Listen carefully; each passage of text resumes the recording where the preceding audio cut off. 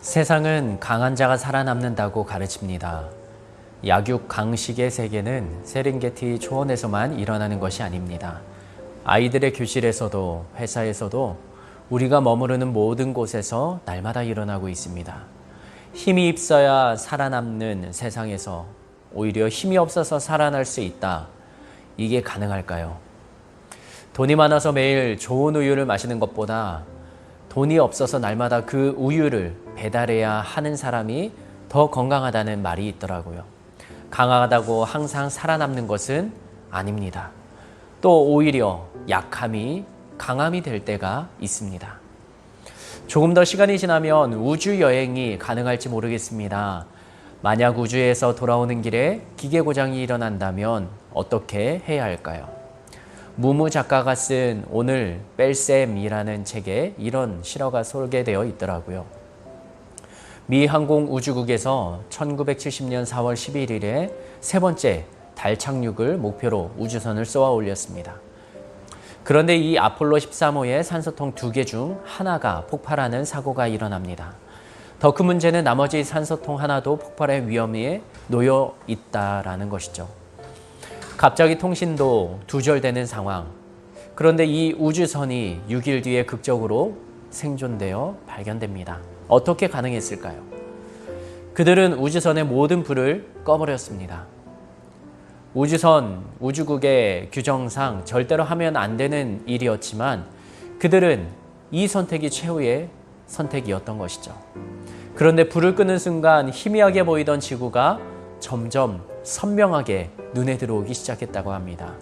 그리고 태평양 바다에서 비치는 형광빛의 해초 군락이 보이기 시작했던 거예요. 우주선 안이 깜깜할수록 어디가 어디인지, 어디가 땅인지 바다인지를 분명히 보게 되었다라는 것이죠.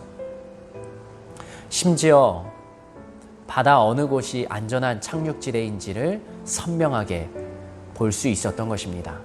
그 때문에 그들은 수동 조작으로 안전하게 착륙할 수 있었고 전원 무사 생존할 수 있었던 것입니다. 만일 그들이 자신들을 비추는 빛을 끄지 않았다면 정작 자신들이 봐야 할 빛을 보지 못했을 것입니다.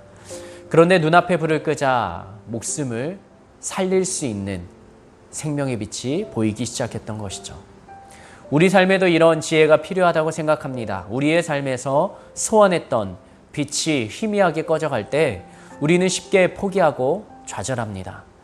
그런데 내 주변을 환하게 비춰주었던 사람들의 기대와 도움의 불빛들이 하나둘씩 꺼져가고 내 삶의 어둠이 찾아올 때 모든 것이 끝난 것처럼 우울증이나 극도의 불안감에 휩싸일 때가 자주 벌어지는 듯합니다.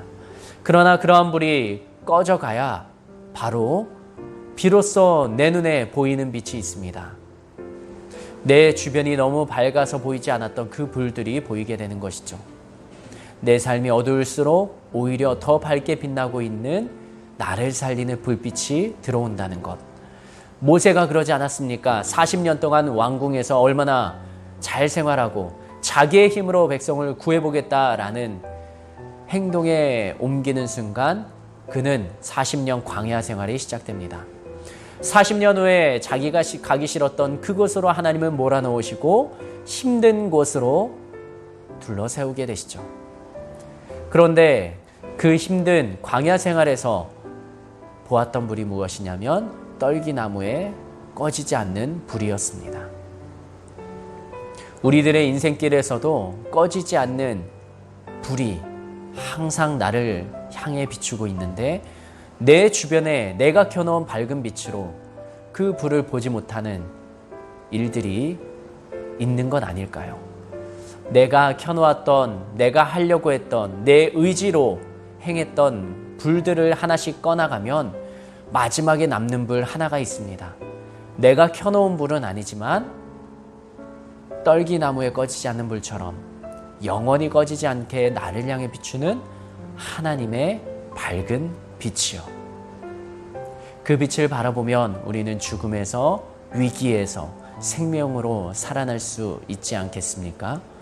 왜냐하면 그 하나님이 나를 사랑하시고 나를 사랑하시는 그 하나님께서 내 주변의 모든 힘든 상황을 선으로 만들어 가실 것이기 때문입니다. 원망보다는 기대감으로 하나님을 바라보며 일주일을 살아갈 수 있기를 축복합니다.